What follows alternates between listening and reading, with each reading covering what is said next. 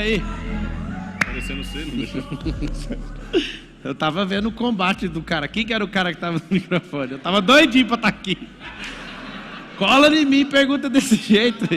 Não, mas não, isso aí não vai ser assim não. Aí na praia, deixa comigo. Mas saiu bem, meu presidente. Vamos lá, essa palestra de hoje é como sair das dívidas. Vocês estão bem ou não? Então tá bom. Seguinte, 77% das pessoas estão endividadas. Ou melhor, pior que isso, 77% das famílias estão endividadas. Tem um outro número parecido com esse, parece até piada, mas 77% das pessoas odeiam fazer o que estão fazendo agora. Se eu cruzar esses dois dados, uma coisa comprova a outra. Porque na maior parte absoluta não vai ter como desvincular essas pessoas de um lado e nem de outro. Então, se eu cruzar essas informações para quem é analista, ou tem um perfil analítico, 77% das famílias estão endividadas. 77% das pessoas, não estou brincando, presta atenção nisso, vou abrir aqui para vocês verem. Eu já vi levantamentos em vários países e gira em torno de 70% a 80% das pessoas fazendo o que odeiam. Por que elas fazem? Por que as pessoas estão endividadas? Então vamos lá. Se 77%, que seja 70%, que seja 80%, fazem o que não gostam, logo elas não conseguem fluir, logo elas têm que se ocupar com algum prazer imediato para ver se tira essa tristeza de sua alma. O que faz uma pessoa consumir sem parar, ou desejar o consumo todo o tempo, mesmo não tendo a grana? É para repor alguma coisa emocional. Então tem gente que endividamento atinge 77,7% das famílias brasileiras, maior patamar desde 2010, diz Confederação Brasileira, que deve ser da indústria. Quando você vê isso aqui, o endividamento de 77% das famílias significa que você põe todo mundo dentro de casa na conta, então dá mais do que 70% dos brasileiros. Só que às vezes vai no nome de um só ou de dois, e não de todos os familiares. O que eu quero te mostrar com isso? As pessoas que não fazem o que gostam, ou que vivem na amargura, elas vivem caçando coisas para repor o emocional delas. Você que às vezes come descontroladamente, o seu problema é um só. Você não está atrás de comida. Você está atrás de repor emocionalmente esse negócio. Não é comida. Só que aí você começa a comer emoção e você fala, é isso que eu quero. Às vezes eu abandono. Você já sabe por que você come. Ou se não sabe, eu te mostro. Esse número aqui é alarmante. Por quê? Eu vou te falar os motivos que levam a pessoa a se endividar, mas eu estou te mostrando a causa raiz. Ser treinado para algo que você não nasceu para fazer, que você não gosta de fazer, vai te manter frustrado. E para acabar com a frustração, eu preciso compor com algum prazer. E o prazer está nas coisas. O prazer não está em desfrutar na vida. Estava num jantar agora com alguns alunos que vão fazer o MEDP amanhã. A primeira vez que eu faço isso. Primeira vez que eu dou um acesso para jantar um dia antes com alguns alunos. Foram 10 alunos. E eles me perguntaram, cara, mas como é que é esse negócio de trabalhar demais? Eu falo, cara, vocês têm essa impressão lá no Instagram? Tem. Olha a fala da Carol.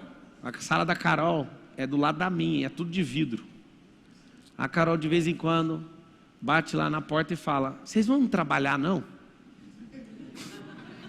Eu falo, mano, você está de brincadeira comigo. O Marcos Paulo, certa vez, perdeu uma sociedade de centenas de milhões de reais comigo, porque ele me chamou de trabalhador. Nossa, mas você foi tão duro assim? Fui. Ele falou, você não pode ganhar esse tanto de dinheiro, você é um trabalhador. Não. Ele falou assim, você ganha esse tanto de dinheiro, eu não acho justo, porque você nem trabalha. Aí eu falei, você está achando que eu tenho que trabalhar? Eu sou o gestor. Aí ele falou, então, não é justo. Aí eu falei, uai, você está querendo ganhar mais que eu? Não, acho que a gente ganha o mesmo tanto. Uai, vamos fazer o seguinte, eu tenho uma proposta melhor para você. Fica com 100%. Aí ele não entendi, 100% é eu fora, você cuida do que você quer, problema seu. Nós desfizemos a sociedade. E ele foi embora. Fala, o que você está falando? Não existe a possibilidade de eu trabalhar uma hora nenhuma hora, porque quando você faz o que gosta, não tem como alguém imputar trabalho para você. Quando você faz o que você foi chamado, não tem como isso ser chamado de trabalho, porque trabalho é castigo. Eu te dou o drive mental do trabalho. Pá, mas eu gosto de ajudar as pessoas. Deixa eu te falar, que nível é esse que você está ajudando pessoas? Eu entendo que você tem que ter uma profissão, para você entrar na escala certinho, mas depois que você dominou isso, para que você vai ficar com isso? Por que você não vai empreender? Empreender dá muito trabalho também, não dá? Mas na hora que você estiver muito bom, por que você não sai disso? Por que você não vai investir? Porque ninguém te ensinou que tem como fazer. Uma pessoa fala para mim, eu estou desempregado tem 2 anos, eu falo, você é livramento, filho, caça um trem para vender, e o cara acha uma maldição, fica desempregado. Pá, mas nem todo mundo pode ouvir sua mensagem. Ah, mas se todo mundo pudesse ouvir, tinha 1 bilhão de pessoas assistindo. Esse tanto é o tanto que precisa de ouvir. Esse tanto representa o tanto de transformação que eu já produzi, está tudo certo. O tanto de tráfego que eu gasto, eu estou gastando pouco. Na hora que eu quiser gastar muito, você vai ver o que vai acontecer. É isso aí que tem que ouvir. Se você parou até aqui, a mensagem é para você. Só que você é tão vítima que você fica pensando, mas se o mundo inteiro empreendesse, daí não ia precisar de governo. Se todo mundo empreendesse, queria que todo mundo escrevesse aí para a gente começar a abrir a mente do brasileiro. Se todos empreendessem, não precisaríamos de governo, porque o governo não produz riqueza, ele só toma a riqueza dos outros para dividir com quem não produz. Então nós vamos abandonar quem não produz. Não, vamos ensinar, vamos destravar esse povo. Não é sobre abandono, mas pelo amor de Deus, os caras ficam com a menor parte da riqueza que a gente produz e parece que eles mandam na gente. Nunca. A mentalidade de quem governa uma mente que governa é maior do que todo o governo, federal, estadual e municipal junto. As maiores famílias do mundo têm mais riqueza que países juntos. Por quê? Porque são famílias governantes. Mas uma coisa você tem que aprender, para com essa merda de fazer coisas que você não foi chamado. Dá para tirar proveito de tudo, então não joga fora a sua experiência, mas carrega isso para o seu próximo nível, é isso que eu quero te explicar. Não é para você ficar um imbecil, mas essa relação desse 77% é muito forte. Por que você faz o que você não gosta? Pergunta para a pessoa, ela vai responder, não sei. Aí eu pergunto, mas e se você soubesse? Ela, se eu soubesse, eu te daria a resposta. Mas uma pessoa que gosta de você, a mais próxima, aí eu vou perguntando até chegar. A pessoa fala, não, eu faço isso porque era o sonho do meu pai. Meu pai talvez esteja assistindo agora. Meu pai quis que eu fosse funcionário público. Meu pai trabalhou em banco do Estado desde os 15 anos de idade. Meu pai trabalhou no legislativo, tudo funcionalismo público. E aposentou como funcionário público. Qual que é a instrução? Qual foi a instrução que meu pai me deu? Seja funcionário público. Eu vou dar um sintoma para você. Nunca comprei uma apostila para concurso, nunca me inscrevi em nenhum processo seletivo para concurso público. Você é contra os concursos públicos? Não, não sou não. Aquilo ali é muito bom para a manutenção de um país. Quanto maior o Estado, maior a quantidade de funcionário público. Só que a mentalidade de estabilidade, ela é inexistente. Por quê? Ela é inexistente absolutamente porque estabilidade não existe. Eu quero todo mundo escrever assim, estabilidade não existe. Vamos pegar na Bíblia. 6.000 anos de história. Você volta na primeira página e vai até a última. Em nenhum momento está escrito, pode ir que vai ser desse jeito para sempre. Vai dar tudo certo na sua vida. Só a gente se ferrando para cumprir o propósito. Só a gente sendo expulso, só a gente sendo perseguido. É cara dentro de cova de leão, é outro passando em fornalha de fogo. É o pau quebrando, é um pulando de cima de barco, aí pega o peixe. Que é isso aí? Peixe engole o Jonas e volta para lá. Paulo fala que se o escorpião pica, não sei o que, cobra te pica. Mano, você vai se lascar na vida para cumprir o propósito. Se estabilidade existisse, Jesus não ia ser pendurado na cruz, moço. Se estabilidade existisse, Jesus não ia descer lá do trono para vir aqui na terra. Você está doido? Presta atenção no jogo. Aí a pessoa acha, não, eu vou ter estabilidade. Lá na Venezuela também tinha estabilidade. 40% da população era funcionário público. O que aconteceu? Quebrou o país. E aí, o que vocês vão fazer? Nada. Só tinha uma commodity forte, que é petróleo. O barril do petróleo caiu pela metade. O maior produtor de petróleo da terra. Talvez você não saiba do potencial da Venezuela. A Venezuela é 4 vezes maior que os Estados Unidos em produção de petróleo. E não sei quantas vezes mais que o Brasil. E é bem menor que o Brasil. Como que pode alguém que tem a maior reserva de petróleo da terra quebrar? não é sobre o tanto de dinheiro que você tem, a cabeça que você tem. Você põe toda a nação com a cabeça de estabilidade, sendo que é uma coisa que não existe, o país quebra. O que aconteceu?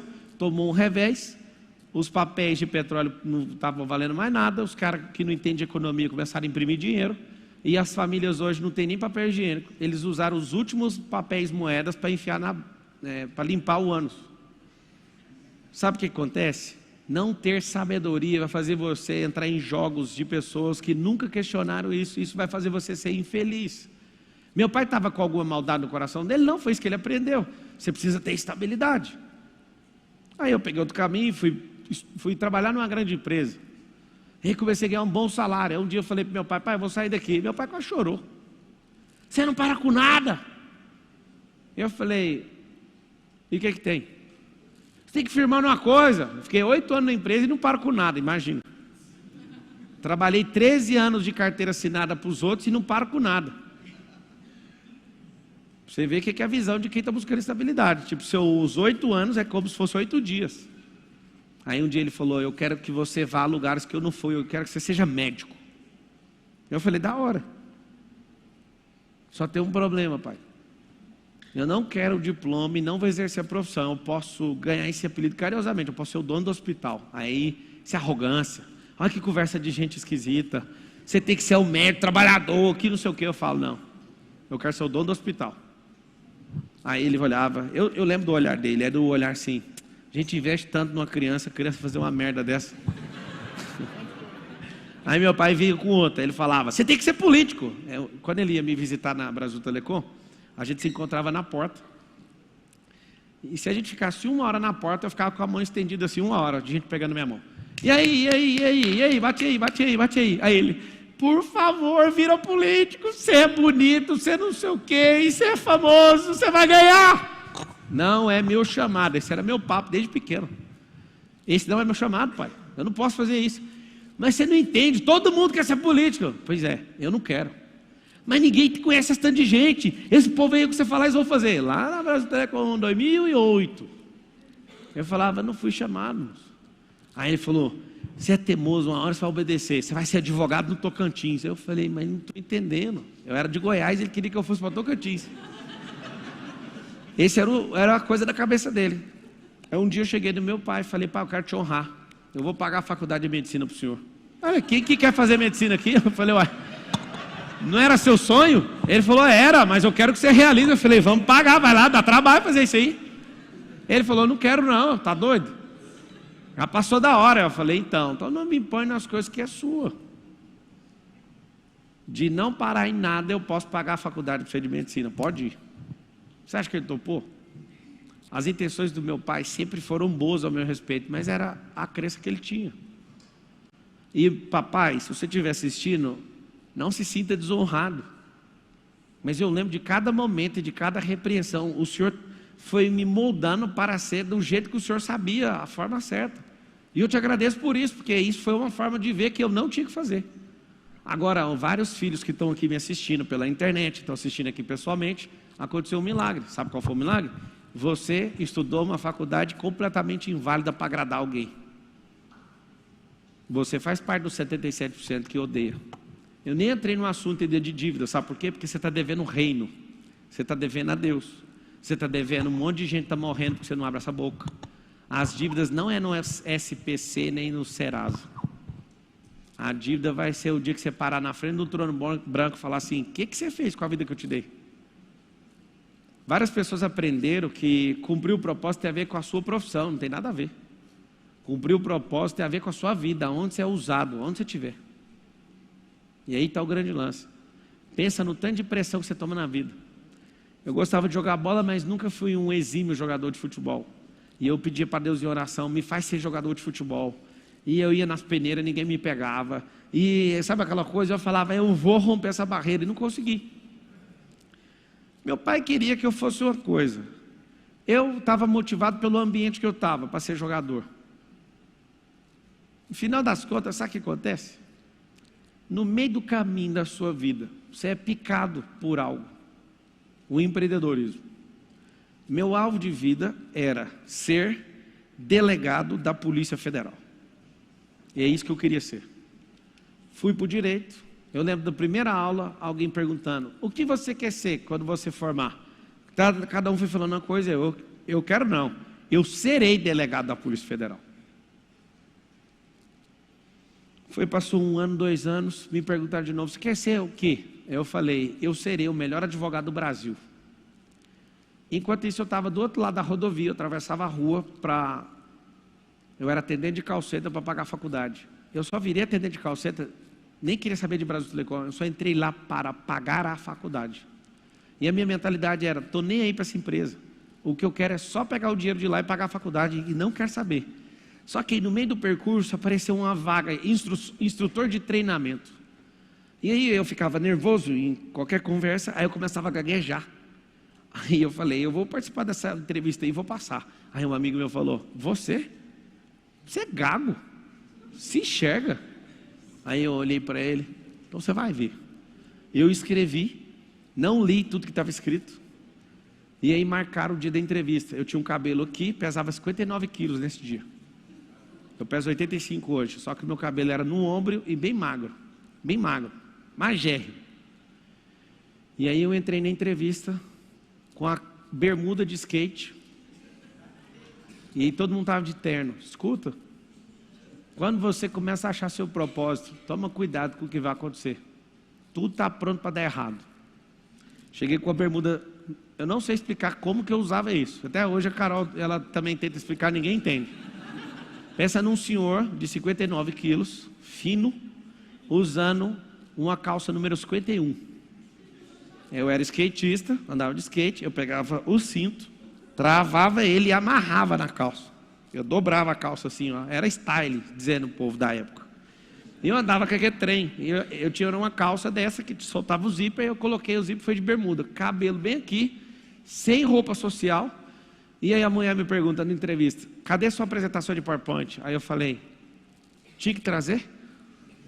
Ela tinha. E eu, então deixa eu apresentar por último. Sentei, aquele povo me olhava como se eu fosse um mendigo.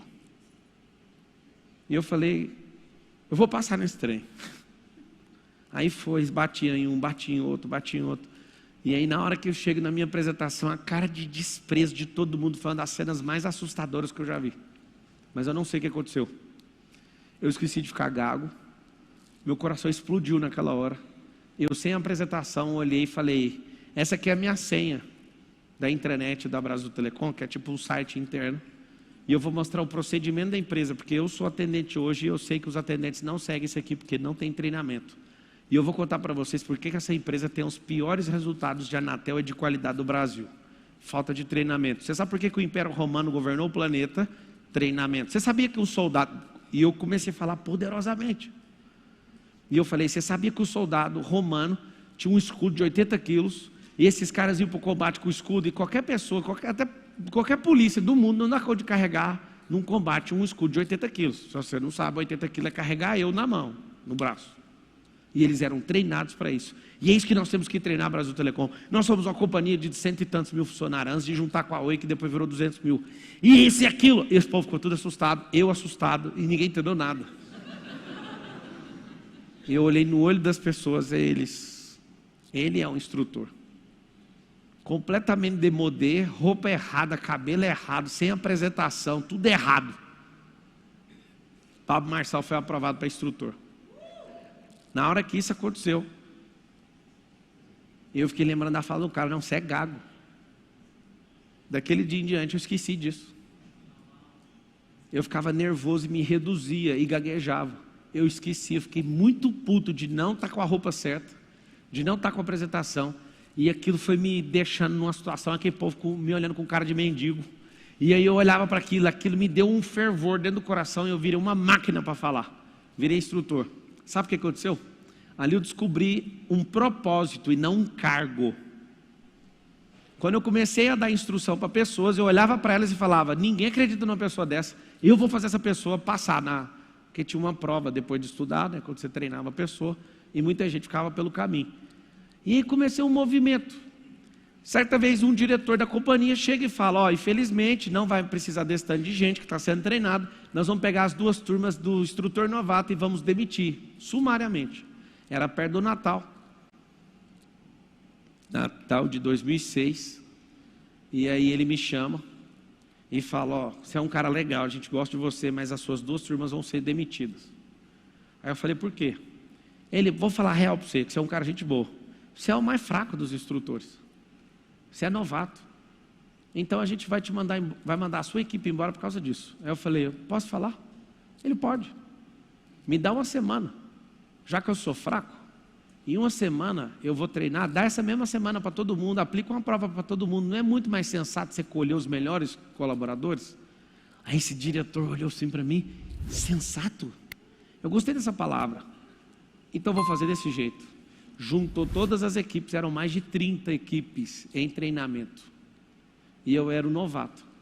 Cheguei na sala outro dia e falei, quero contar algo para vocês. Todos vocês estão sendo demitidos, vão passar o Natal demitidos e não vai ter dinheiro na casa de vocês e esquece peru de Natal. Esse povo começou a querer chorar dentro da sala. Eu falei, mas tem uma coisa, a salvação chegou. Se vocês chegarem mais cedo, ficar mais tarde, parar com molecagem, entender o que eu estou ensinando, eu vou dar a minha vida por vocês e no final de uma semana vai ter uma prova. Eu não esqueço disso.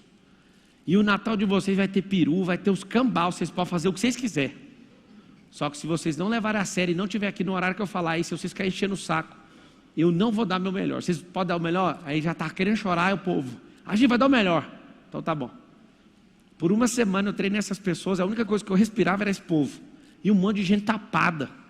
Um monte de gente que nem entendia, era suporte técnico. Tinha gente que não tinha nem computador. Mas eu não entendo, você vai chegar 3 horas mais cedo.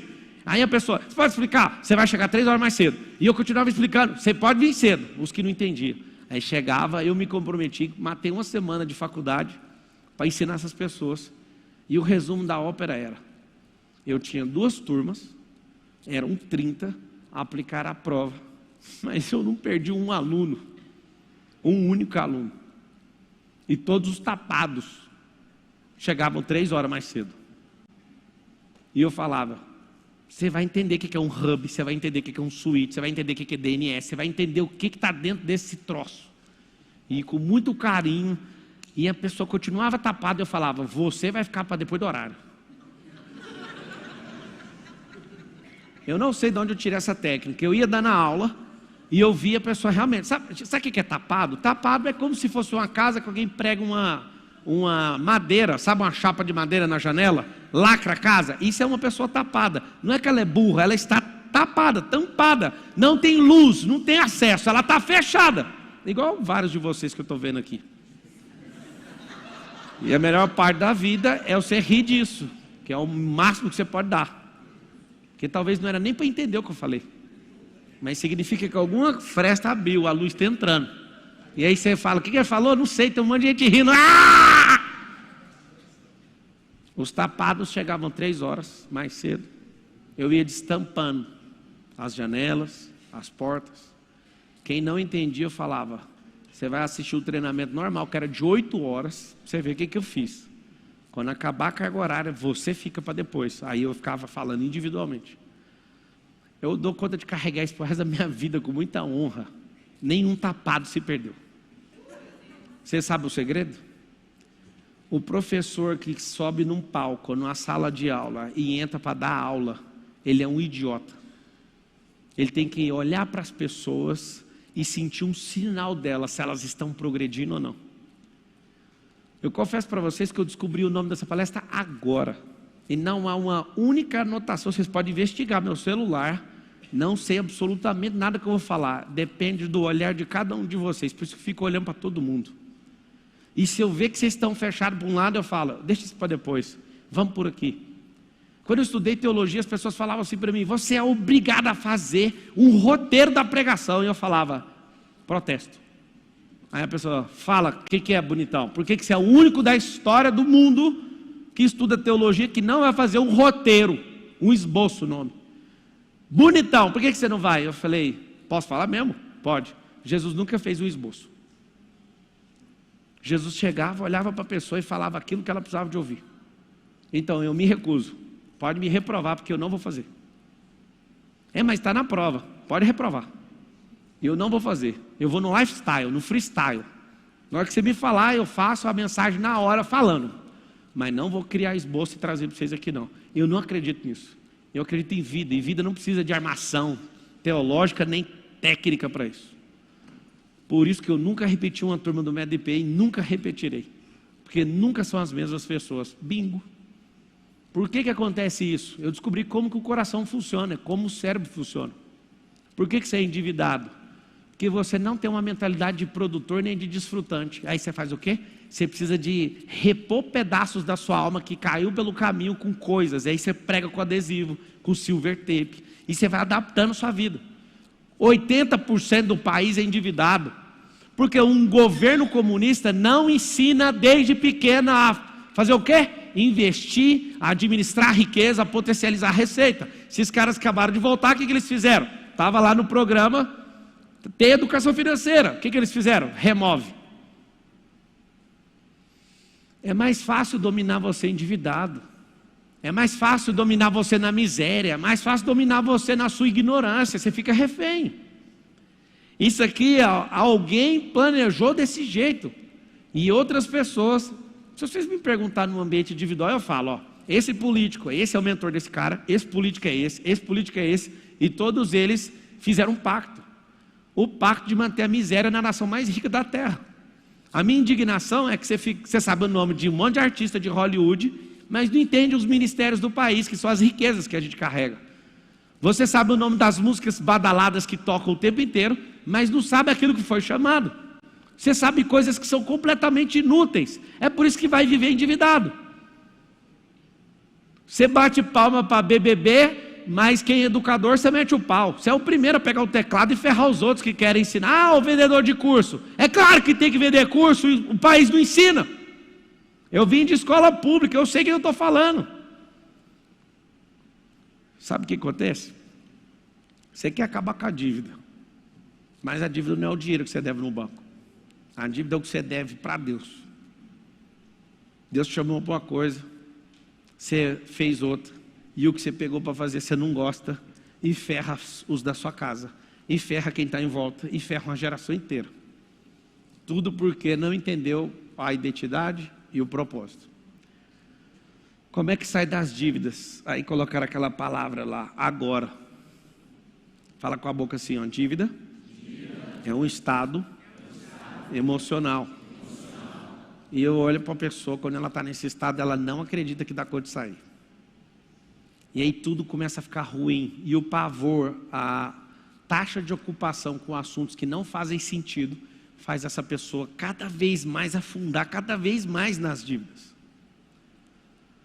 Primeira coisa que eu quero desvincular da sua cabeça é que tem um tipo de dívida boa e qualquer outro tipo é ruim.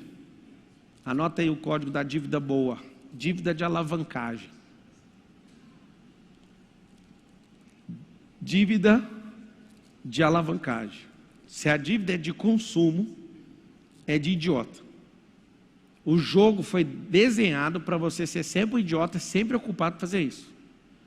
Você vem da sua casa, talvez você nunca percebeu, mas você fala, vou me informar, te ensinar a se manter informado, sim ou não? Desde 2016, eu não assisto, eu não leio nenhuma reportagem. Eu estou abismado de fazer o que eu nunca fiz, que é abrir enunciado aqui para ler isso aqui. Porque você respeita isso. Várias pessoas, quando eu falo uma coisa, falam, de onde estão esses dados? Então abra aí, porque o cara não acredita em nada. Mostra que a CNN escreveu, que a sua fé fica maior. Se eu mostro a Bíblia, você não acredita, mas se a CNN falar, você acredita. Você foi doutrinado para ser bobo desse jeito. Mas vamos lá. Não, a CNN falou, beleza. Aí aquilo você acredita. Se eu falar a mesma coisa, você fala, não, ele está viajando, não é desse tanto aí não. Pera aí, está escrito aqui, olha lá na Bíblia, o rico domina sobre o pobre, quem toma emprestado é escravo de quem empresta. Não, a CNN é melhor do que isso aí. 3.000 anos escrito certinho. Não seja como aqueles com aperto de mãos, empenho. Isso aí eu já li esses versículos, está repetido. Está faltando uma sabedoria aí para caçar os versículos. Seguinte, 2 tipos de dívida. Dívidas. Consumo versus alavancagem. O que é uma dívida de alavancagem? Por mais que tenha juro, o que eu estou comprando vai aumentar, vai repor a compra e vai me fazer prosperar. Vamos lá. Pegar um iPhone aqui, ó. Pega esse iPhone. Eu tenho que andar com iPhone, porque a turma que eu ando, todo mundo tem iPhone. Comprou o iPhone, dívida de otário. Consumo. O que você ganha com isso? Nada. Por quê? Porque você já anda com essa turma. Você já está nela. O celular é só para você ser aceito, mas você já está lá, ué. Dívida de bobo. Agora, vamos pegar essa máquina de fazer dinheiro. Isso aqui chama máquina de fazer dinheiro para mim. E tem que tomar muito cuidado, porque ela também toma dinheiro. Como que ela toma dinheiro? Vou fazer aqui a cena que você faz todo dia. Vou abrir o Instagram. A cara.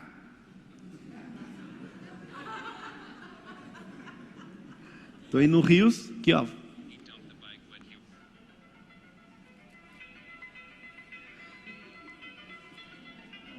Eu tenho que comentar. Aí fala, não, esse não tá bom, vamos para mais um. Nossa, olha esse negócio. Nossa, que interessante, essa música de fundo tá me prendendo aqui, ó. Aí vai mais um. Nossa, que rodovia bonita, vai bater, esse caminhão vai bater. Vai escorregar, não, escorregou não, vai. Aí você fica aqui, ó, só 4 horas.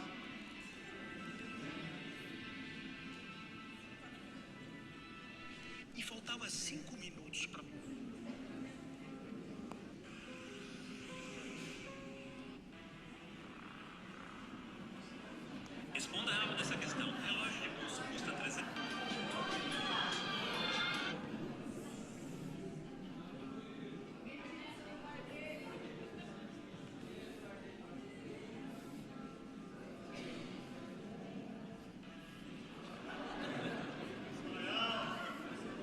Hoje é o dia de past continuous or past... Nossa.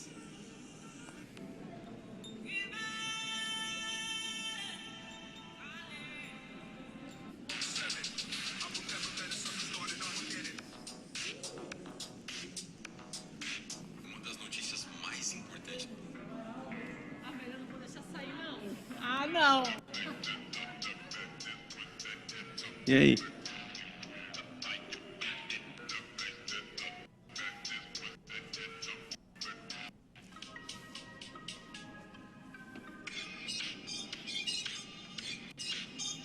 Tanto eu, um jovem advogado empreendedor, gasta para manter meu atual padrão de vida.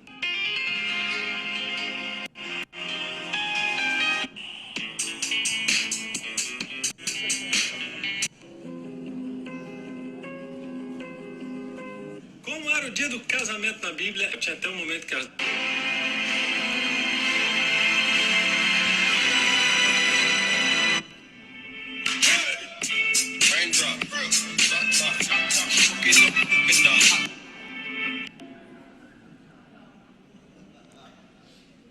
Como que não fica endividado?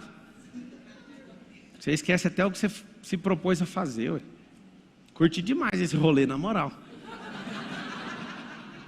Alguém se identificou aí ou não? Fala o livro que você leu essa semana. Fala quantos livros você leu esse ano.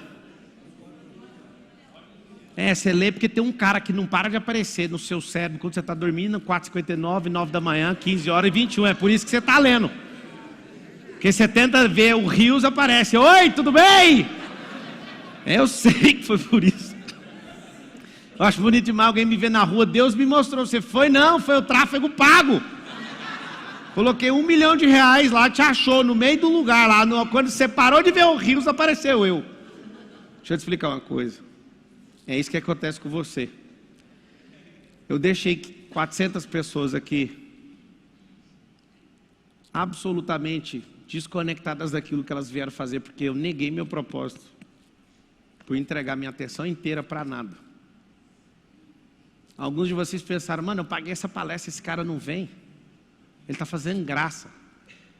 É assim que você faz com os outros. Tem muitos lugares lotados de pessoas que precisam te ouvir, mas não ouvem, porque você é um idiota.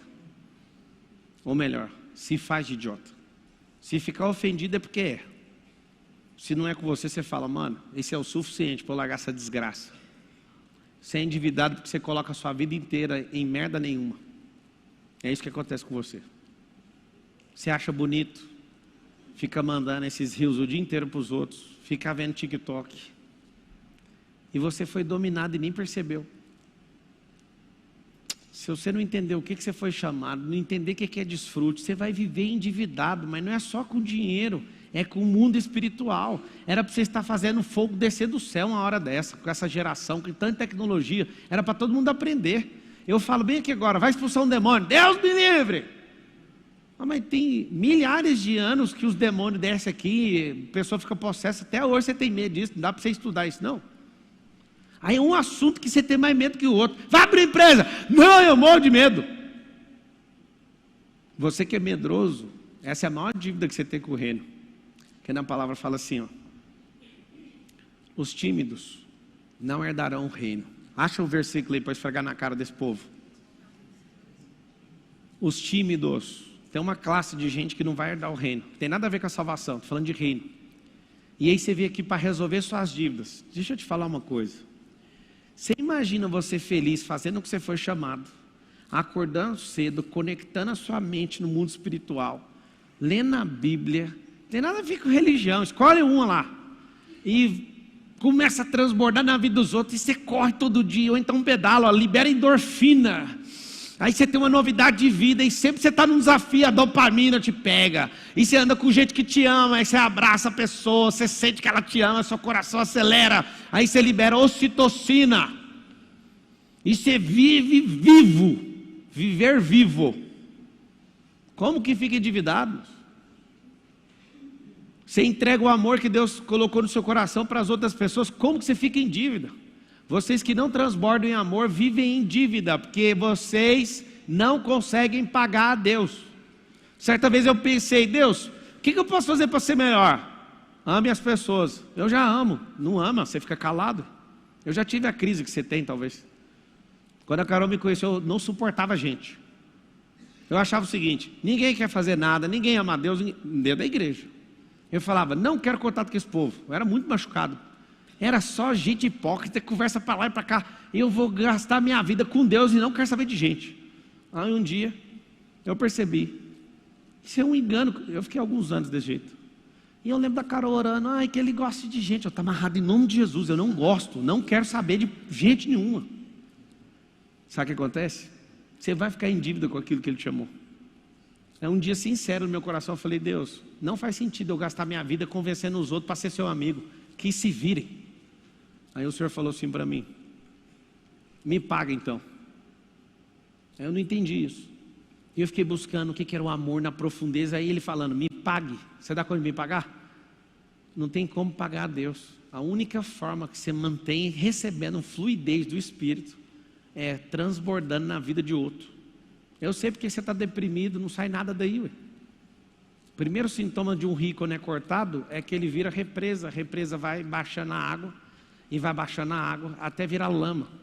Depois você tem que escavar poço. Você vai beber só lama dali para frente. Aí quando eu falo, solta isso, você começa a fluir naquilo que você foi chamado. O rio começa a limpar e aí volta a florescer, tudo em volta. E o mais bonito do rio, quando a água é liberada, é que os peixes sobem. Meu Deus, aprenda isso. Dívida é o seguinte, você fechou um canal de energia, você não entendeu para que serve isso. Outra coisa é aquela dívida boa, chamada alavancagem. Pega direto no Apocalipse lá. Apocalipse é direto na Bíblia, 21:8. Sabe o que acontece? Você foi doutrinado para ser bem informado. E aí você trabalha um dia inteiro, entra no seu carro, fica 1 hora no trânsito ouvindo rádio e alguém está lá te informando tudo o que você não precisa. Porque as informações é para mudar seu estado emocional e não fazer você prosperar. O dia que eu peguei esse código, eu falei, não leio mais nenhuma notícia. Estou achando estranho eu ler essas notícias aqui para vocês. O Marcos está colocando e falou, você gostou? Pensando na forma que você respeita a notícia, está interessante, eu posso continuar, ler o enunciado. Desde 2016, está fazendo 7 anos que eu não leio uma notícia. A televisão está completando 10 anos agora em julho. 10 anos que eu não assisto televisão. Por quê? Porque fala com a boca assim, ó, informação muda a emoção. O que eu fiz de exceção para virar uma máquina de entrevista? Ano passado eu tive que abrir uma janela de exceção, porque eu estava sendo entrevistado por esses veículos, então eu tive que estudar notícia. Aí eu tive que parar. Isso foi contra os meus valores, que eu falei, isso aqui não existe, mas como é que eu vou para o debate? presidencial, sem saber as bobeiras que eles falam. Eu tive que engolir isso com farinha. Então abri uma janela, estudei pra caramba, e eu percebi, não acrescentou um côvado na minha sabedoria. Lê nenhuma notícia. O dia que você descobrir que a sua sabedoria não vai aumentar nem 1 milímetro por lê-la, você vai falar, para que terminar a notícia que eu comecei a ler? Isso vai ficar te abalando o tempo inteiro.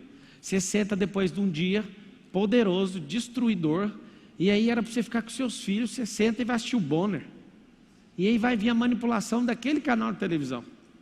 E aí você fica lá naquilo, seu filho quer um tempo, você fica lá. Essa é a dívida que você não entendeu. Quando seus filhos ficarem mais velhos, vai parecer impagável essa dívida. Você vai ter dores de parto, de ver que seus filhos não são aquilo que Deus chamou, por culpa sua. Aí você vai ver o preço. Você vai ver o preço de ser inútil. Vai doer no seu peito todo dia. Depois de 20 anos, que foi o tempo que você teve de destruir, os 80 anos depois dessa pessoa, é de ser inútil. Mas está assim de geração em geração, o que você tem com isso, né? O que você tem que fazer numa noite como essa? Ficar revoltado. Essa aqui é uma máquina de fazer milhões. Não por vanglória, mas conhecendo o mercado, a minha conta do Instagram é a mais cara do Brasil. Não é a que tem mais seguidores, mas é a conta que mais rendeu dinheiro no Instagram até hoje. Sabe o que acontece? Eu não posso usar esse negócio para a minha vida. Eu não vejo stories nem da minha esposa, eu não vejo stories do Marcos Paulo, eu não vejo stories de ninguém. Sabe por quê? Porque eu escolhi que essa máquina é uma máquina de fazer recurso, e não de pegar o principal recurso que eu tenho e jogar fora. Eu não uso. Vocês ouviram o que eu falei? Sabe o que você tem que fazer? Você tem que fazer o seguinte, você tem que olhar e falar, eu preciso aprender algo. Aí você segue até pegar o algo que você quer. Pegou, segue sua vida. Agora ficar vendo fofoca dos outros, vendo gente que não produz. Pablo, e por que você não segue os outros? De verdade, se você tiver alguém que carrega o que eu não tenho, eu vou seguir. Só que eu estou dedicado, tem 15 anos fazendo isso. Você começou agora talvez, ou deu um devaneio ano passado e parou. Agora a maioria das coisas que você quer ver é lifestyle. Você quer ficar assistindo o que o fulano está fazendo. Deixa eu te falar, se não há algo de bom para você crescer na vida, não faça. Várias vezes eu quero pegar meu celular e falar assim, eu vou aqui agora contar o que eu estou fazendo. Eu falo, mano, eu preciso fazer esse povo sair daí. Quem aqui já viu vários stories eu falando, depois desses stories é para você sair? Vocês já viram ou não? Eu falo os stories para ver se liberta. Mano, vê esse e sai. Terminando a live, terminou de ver essa live, sai daí! Por quê? Porque uma live boa, vem uma outra merda, vai anula aquilo que é bom. A ferramenta corta para os dois lados.